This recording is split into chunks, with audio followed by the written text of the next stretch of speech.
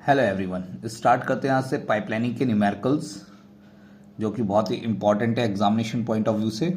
Paper में कई बार पूछे जाते हैं, ऑब्जेक्टिव क्वेश्चंस भी इसके आ जाते हैं एमसीक्यू बेस्ड, और आर्किटेक्चर में इम्पॉर्टेंट टॉपिक कह सकते हैं। वैसे कि तो आर्किटेक्चर आप जानते ही हैं कैसा सब्जेक्ट है, थोड़ा टिपिकल सब्जेक्ट लगता है, डरावना सा, बट न्यूमेरिकल्स अगर आप डेली टू डेली पढ़ें, डेली रूटीन में पढ़ें तो आपको कोई दिक्कत नहीं आती। बहुत अच्छे अच्छे टॉपिक्स हैं इससे। तो स्टार्ट करते हैं पहला क्वेश्चन इसका, और ये क्वेश्चन कहता है कंसीडर एक सिस्टम है, देयर आर 4 स्टेजेस। उस सिस्टम में कितनी स्टेजेस हैं? 4 स्टेजेस है, and each stage take only 1 clock, यानी 1 माइक्रो सेकेंड। हर स्टेज को कंप्लीट होने के लिए 1 माइक्रो सेकेंड लगता है time. If a program has 10 instruction, अगर प्रोग्राम के अंदर 10 इंस्ट्रक्शन हो तो then it will take time what time in pipelining and without pipelining. यानी कि आपको ये बताना है कि अगर हम विदाउट पाइपलाइनिंग यूज करते हैं तो हमारा कितना टाइम हमारा होता है, और विद पाइपलाइनिंग अगर यूज करते हैं तो कितना टाइम लेता है इंस्ट्रक्शन एग्जीक्यूट करने में। तो फर्स्ट ऑफ ऑल मैं बता दूं, पाइपलाइनिंग एक ऐसा प्रोसेस है जिसमें आपका इंस्ट्रक्शन जो एग्जीक्यूट होती है वो ओवरलैप फैशन में होती है, और विदाउट पाइपलाइनिंग में अगर आप देखें इंस्ट्रक्शन जो एग्जीक्यूट होती है वो 1 बाय 1 होती है। तो I think first of all without pipelining आपको अच्छा लगेगा समझना। तो सॉल्यूशन करते हैं। तो देखिएगा यहाँ पे जो जितनी स्टेजेस दे रखी है 4 स्टेजेस, और आपको कितने इंस्ट्रक्शन करने हैं एग्जीक्यूट? 10 इंस्ट्रक्शन। तो एक मैं टाइम डायग्राम बना के देखता हूँ इसके through.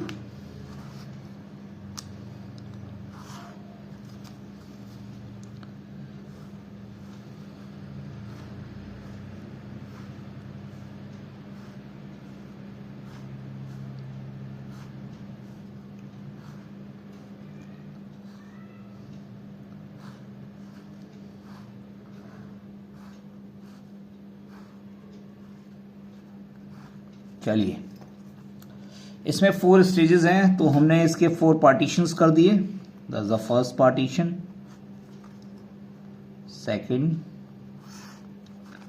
And third and fourth. आप नाम कुछ भी रख सकते हैं। मान लीजिए मैंने first stage S1, stage S2, stage S3 and stage S4 4 stages का ले रखा। 5 भी होती है, 6 भी होती है, 3 भी होती है। तो according to the question stages आपकी चेंज होती रहती हैं। That's the 1 micro second time ले रहा है, तो 1 2 3 4 5 6 7 8 9 10 11 12 डॉट डॉट डॉट आगे हम देख लेंगे। तो जैसे हम विदाउट पाइपलाइनिंग का यूज करते हैं, फर्स्ट ऑफ ऑल हम विदाउट पाइपलाइनिंग का यूज कर रहे हैं क्वेश्चन सॉल्व करने के लिए। अगर हम विदाउट पाइपलाइनिंग यूज करते हैं तो हम कैसे इंस्ट्रक्शन को एग्जीक्यूट करते? तो जैसे कि 10 इंस्ट्रक्शन हमें एग्जीक्यूट करने हैं। फर्स्ट ऑफ ऑल हमारा पहला इंस्ट्रक्शन एग्जीक्यूट होता है, मान लीजिए वो है I1। तो simply I1, then 1 micro second लग रहा है, एक, देन नेक्स्ट I1 यहाँ पे दूसरी स्टेज में गया, तो दूसरे माइक्रो सेकेंड में तीसरी स्टेज में गया, एंड देन फोर्थ।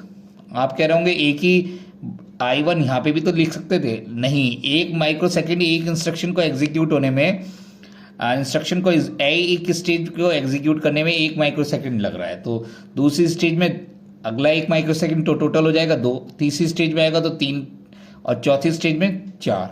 तो 4 माइक्रो सेकेंड लग रहे हैं एक इंस्ट्रक्शन को एग्जीक्यूट करने में। अगेन अगर हमारी नेक्स्ट इंस्ट्रक्शन ये I1 है, नेक्स्ट इंस्ट्रक्शन आती है तो दैट इज द I2, यहां से आएगी। देन I2 को फिर नेक्स्ट स्टेज, फिर next stage, and then next stage. Same pattern of the I3, then I3, then I3, then I3। अगर आप देखें फॉर्मली भी देखें, अगर विदाउट पाइपलाइनिंग में कितना टाइम लग रहा है, तो आपको यहां से ही पता चल जा रहा है कि एक इंस्ट्रक्शन को एग्जीक्यूट होने में देखिएगा 4, दैट्स द 4। एक इंस्ट्रक्शन को एग्जीक्यूट करने में आपको 4 माइक्रो सेकेंड्स लग रहे हैं। तो आपको 10 इंस्ट्रक्शन लगनी है, तो 10 इंस्ट्रक्शन को एक में चल रहा है 4, और 10 आपको एग्जीक्यूट करनी है, तो 40 आप कहते हैं क्लॉक साइकिल या 40 माइक्रो सेकेंड्स आपको कंप्लीट होने में टाइम हो रहा है। आप डायरेक्टली ये अगर आप विदाउट फार्मूले के देखें तो आपको ये ऐसे क्लियरली पता चल जा रहा है कि 10 हमें एग्जीक्यूट करनी है और एक को हमें कितना लग रहा है 4। अगर हम इसका कोई फॉर्मूला बनाएं, क्योंकि मान लीजिए क्वेश्चन में 10 नहीं 100 कह दे इंस्ट्रक्शन, तो आप कैसे करेंगे? तो विदाउट पाइपलाइनिंग में तो आसान है, 100 × 4 = 400 माइक्रो सेकेंड्स हो जाएगा। तो इसके लिए भी एक फॉर्मूला है, आप नोट डाउन कर लें। टाइम विदाउट पाइपलाइन, इसे हम कहते हैं TWP भी कह सकते हो आप, विदाउट पाइप WP = देखिएगा फॉर्मूला है टाइम विदाउट पाइपलाइनिंग के लिए हमने लिखा है sum of clock for each phase of one instruction multiply number of instructions multiply time of one clock, यानी कि sum of clock for each phase of one instruction कितना है हमारे पास 4 माइक्रो सेकेंड। हमें कितने नंबर ऑफ इंस्ट्रक्शंस के execute करना है 10, और एक टाइम कितना ले रहा है एक क्लॉक, तो 1 माइक्रो सेकेंड्स। सही है, तो ये हो गया 4 × 10 = 40 माइक्रो सेकेंड्स। तो अगर आप देखें विदाउट पाइपलाइनिंग में आप डायरेक्ट भी निकाल सकते हैं, कोई प्रॉब्लम नहीं आती, और बहुत आसान लगा होगा आपको क्वेश्चन करना कभी भी क्वेश्चन। तो इसका एक पार्ट तो हमारा क्लियर होता है कि अगर हम नॉन पाइपलाइनिंग यूज कर रहे हैं तो हमें कैसे निकालना पड़ेगा। चलते हैं हम विदाउट पाइपलाइनिंग को कैसे हम सॉल्व कर पाएंगे। चलिए देखते हैं पाइपलाइनिंग मैनर में हम कैसे सॉल्व कर पाएंगे इसी प्रॉब्लम को। विदाउट पाइपलाइनिंग में हमने देखा था 40 माइक्रो सेकेंड्स का यूज हो रहा है। चलते हैं इस सिस्टम को अगर पाइपलाइनिंग मैनर में करना है तो पाइपलाइनिंग कहता है कि आपका इंस्ट्रक्शन ओवरलैप फैशन में एग्जीक्यूट होता है। कैसे होता है देखिएगा, हमें पहला इंस्ट्रक्शन हमने I1 एग्जीक्यूट करा, I1 नेक्स्ट स्टेज में गया, फिर नेक्स्ट स्टेज I1। तो देखिएगा पाइपलाइनिंग में भी जो पहला इंस्ट्रक्शन होगा वो पूरा का पूरा ही एग्जीक्यूट होगा, लेकिन जैसे ही देखिएगा I1 स्टेज 2 में आता है और वो क्या होता है नेक्स्ट टाइम पे, तो स्टेज S1 क्या हो जाती है फ्री। इसी टाइम का क्या हो जाएगा नेक्स्ट इंस्ट्रक्शन आपका आ जाएगा, और नेक्स्ट इंस्ट्रक्शन जैसे ही नेक्स्ट पे जाएगा देन I2 यहाँ पे पहुंचेगा, तो एक नेक्स्ट इंस्ट्रक्शन और आपका आ सकता है। तो S1 जैसे ही I1 यहाँ पे यहाँ पहुंचेगा, I2 यहाँ आ जाएगा। जैसे ही I1 यहाँ से, ये देखिए एरो लगा सकते हैं, जैसे ही आप I1 यहाँ से यहाँ पे पहुंचा तो I2 आ गया, I1 यहाँ से यहाँ पहुंचा, I2 यहाँ पे आ गया, तो एक नेक्स्ट इंस्ट्रक्शन I3 फिर एग्जीक्यूट हो। जैसे ही I2 यहाँ पे पहुंचेगा तो I3 यहाँ पे पहुंच गया, और यहाँ पे क्या आ गया नेक्स्ट इंस्ट्रक्शन आ गया।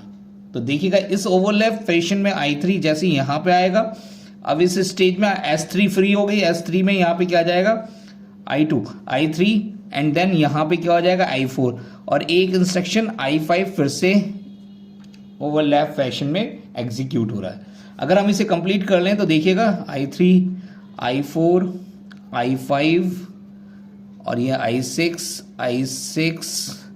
I5 I4 I5 I6 I7 I7 I8 I8 I7 I6 I7 I8 I9। वैसे भी हमारी 10 टास्क थी, हम पूरा ही करके देख लेते हैं इस फैशन में, कोई दिक्कत नहीं। I10 आ जाएगा, देन I10 इधर आ गया, I9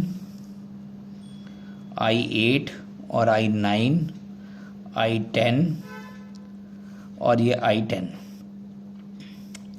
तो आप देख रहे होंगे अगर हम पाइपलाइनिंग मैनर का यूज करते हैं तो एक चीज तो बताती है कि अगर हम देखें तो पहली टास्क को एग्जीक्यूट होने के लिए तो टाइम प्रॉपर लगा था। आप कहते हैं जितना टाइम नंबर ऑफ जितनी स्टेजेज होंगी, अगर ये m स्टेजेस हैं तो ये कितना हो जाएगा m माइक्रो सेकेंड। वैसे यहाँ पे 4 स्टेजेस हो तो ये कितना हो गया 4 माइक्रो सेकेंड्स। देखिएगा पहली टास्क को कंप्लीट होने के लिए आपको प्रॉपर टाइम चाहिए था, बट अगर आप देखें बाकी के I2 I3 I4 I5 I6 I7 I8 I9 ये कितना टाइम ले रही है, 1-1 मिनट का स्लॉट ले रही है, यानी जितनी भी रिमेनिंग है वो कितना सेकंड ले रही है एग्जीक्यूशन के लिए 1-1, और ये ओवरलैप फैशन में हो रहा है इसलिए हमें पता नहीं चल रहा। तो इसके लिए अगर हम फॉर्मूला देखें तो एक फॉर्मूला हमारा ये फॉर्मूला है TP = number of phases multiply number of instruction -1 multiply time of 1 clock. कैसे हमने लिखा है नंबर ऑफ फेजेस, यानी देखिएगा पहला तो टास्क हमारा कितना हो रहा है, अगर हम देखें 10 प्रोसेस हमें करनी थी कंप्लीट, हमारे पास 10 टास्क थी, तो पहली ने तो लिया 4 माइक्रोसेकंड, जितने नंबर ऑफ स्टेजेस हैं, तो नंबर ऑफ फेजेस हमने उसके लिए लिखा है, नंबर ऑफ फेजेस कितना हो गया 4 मल्टीप्लाई। अब देखिएगा 10 में से एक तो निकल गई, एक ने तो पूरा टाइम लिया अपना, बाकी ने कितना नंबर ऑफ टास्क बची 9 ना, 10 में से एक गई तो कितना हो गया 9 मल्टीप्लाई हर कितना टास्क, एक एक मिनट आपका ले रही है, 1 माइक्रोसेकंड्स ले रही है, तो ये देखिएगा 4 मल्टीप्लाई 4,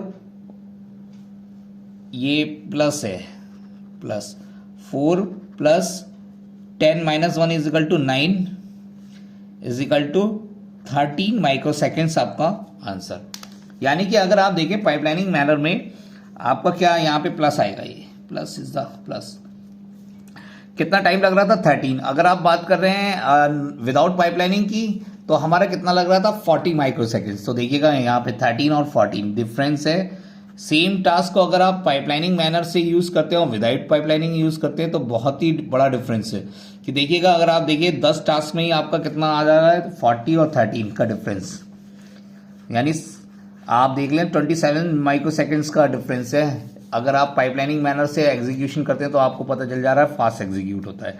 चलिए इस पे एक आध क्वेश्चन आते हैं, जैसे हम कैसे हम स्पीड अप बता सकते हैं, कैसे हम इसमें बहुत सारे हमारे फॉर्मूले आते हैं, मैक्सिमम स्पीड अप पूछी जाती है, एफिशिएंसी पूछी जाती है। चलिए इन्हीं क्वेश्चंस पे हम आगे बनाते हैं इसी पे ही। तो अगर इसी क्वेश्चन को हम आगे कंटिन्यू करें तो हमसे पूछा जाता है स्पीड अप कैसे निकाली जाती है।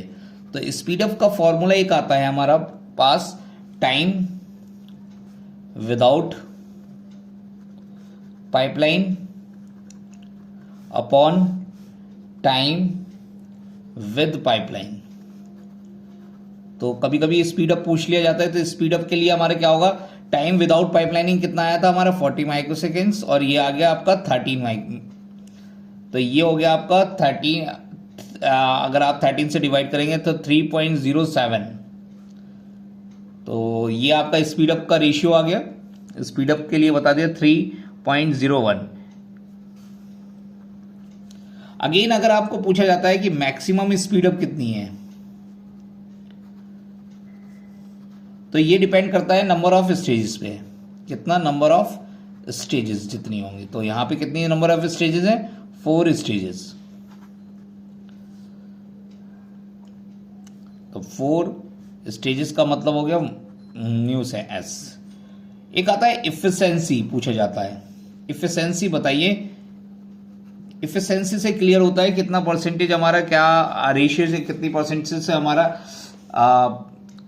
विदाउट पाइपलाइनिंग में फायदा है या हमें पाइपलाइनिंग में फायदा है। तो इफिशिएंसी भी हमारा पूछा जाता है, तो इस पे आ जाता है speed up upon maximum speed up multiply 100। तो स्पीड अप कितना निकला था हमारा 3.07 अपॉन मैक्सिमम स्पीड अप हमारा है 4 और मल्टीप्लाई 100। अगर आप इसे सॉल्व आउट करेंगे तो 76.9% निकला है। तो 76% हमारा फास्टर है। अगेन अगर आप देखें, अगर आप इस एफिशिएंसी निकालें पाइपलाइनिंग और विदाउट पाइपलाइनिंग की, ये इतना कम इसलिए भी आ रहा है कि आप देख रहे होंगे कि ये 98, 97 क्यों नहीं जा रहा। तो ये नंबर ऑफ स्टेजेस पे डिफरेंस करता है कि नंबर ऑफ स्टेजेस जितनी कम होंगी, अगर आप नंबर ऑफ स्टेजेस बढ़ा दें तो आपका वही आपका क्या हो जाएगा, ये 98, 97 में पहुंच जाएगा परसेंट, इफिशिएंसी आपकी इंक्रीज कर जाएगी। तो चलते हैं, आई थिंक आपको फॉर्मूले वगैरह क्लियर हो गए होंगे। नंबर ऑफ स्टेजेस अगर बढ़ जाती हैं तो आप तब भी निकाल सकते हैं, नंबर ऑफ स्टेजेस कम हो जाती हैं तब भी आप निकाल सकते हैं। पाइपलाइनिंग के रिगार्डिंग क्वेश्चंस और भी करेंगे जल्द ही। तो thank you everyone for joining the session. Subscribe my channel please.